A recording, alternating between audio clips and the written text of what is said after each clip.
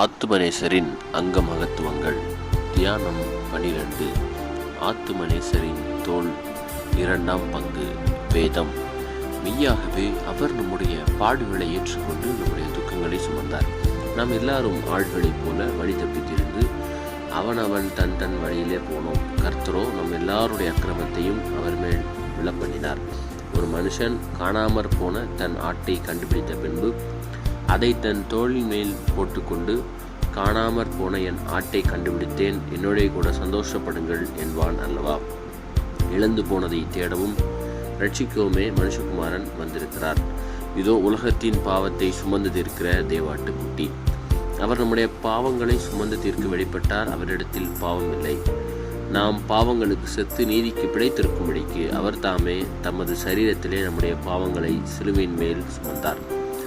போதனை. முந்தின தியானத்தில் நம் ஆண்டவர் இயேசு கிறிஸ்துவின் தோள் கர்த்தத்துவம் மிகுந்ததாகவும் அதில் திறவுகோல் இருப்பதாகவும் நாம் பார்த்தோம். இன்று 3 காரியங்களை பார்க்க இருக்கிறோம். முதலாவதாக, மனம் திரும்பும் எல்லா பாவிகளும் அவர் தோளின் மேல் இருக்கிறார்கள்.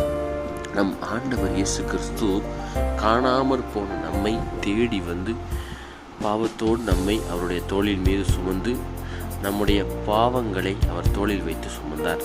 இரண்டாவதாக, சர்வலோகத்தின் பாவங்களும் அவர் தோளில் இருந்தன. நம் ஆண்டவர் இயேசு கிறிஸ்து உலகத்தின் பாவத்தை தன்னுடைய தோள்களில் சுமந்து தீர்த்தார். மூன்றாவதாக, பாவத்தின் தண்டனையையும் சுமந்தார். நம் ஆண்டவர் இயேசு கிறிஸ்து நாம் பெற வேண்டிய தண்டனையை தன்னுடைய தோள்களில் அவரே பெற்றார்.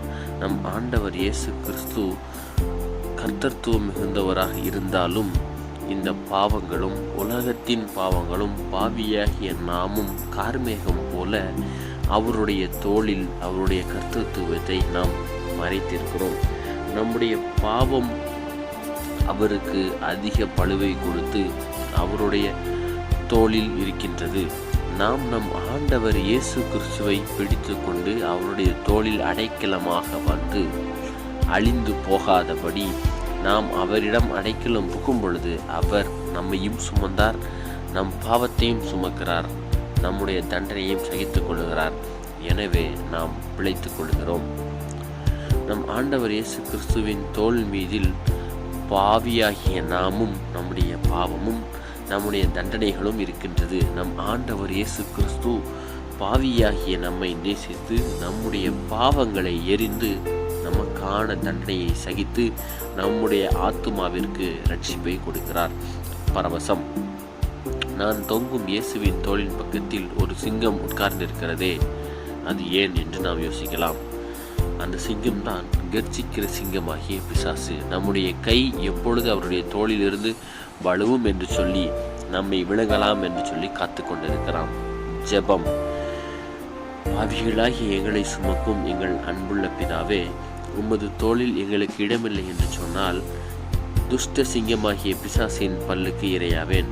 நான் உம்முடைய தோளை பிடித்துக் கொள்வதற்கு எனக்கு இடம் கொடும் என்று சொல்லி நாம் கேட்க வேண்டும். பாவங்களை சுமக்கும் தேவாட்டுக்குட்டியே, எங்களுடைய பாவம், என்னுடைய பாவம் எல்லாரிலும் பழு மிகுந்தது. எனவே பாவங்களை எரிகிற போது என்னையும் எரிந்து விடாமல் என்னை பகையாதபடி என்னை மன்னித்து தண்டனையின் கோலாகிய சிலுவையில் சுமந்த தேவனே, பிதா, குமாரன், பரிசுத்தாவி நாமத்தில் என்னை மன்னித்தருள வேண்டும் என்று சொல்லி வேண்டுகிறேன். ஆமேன்.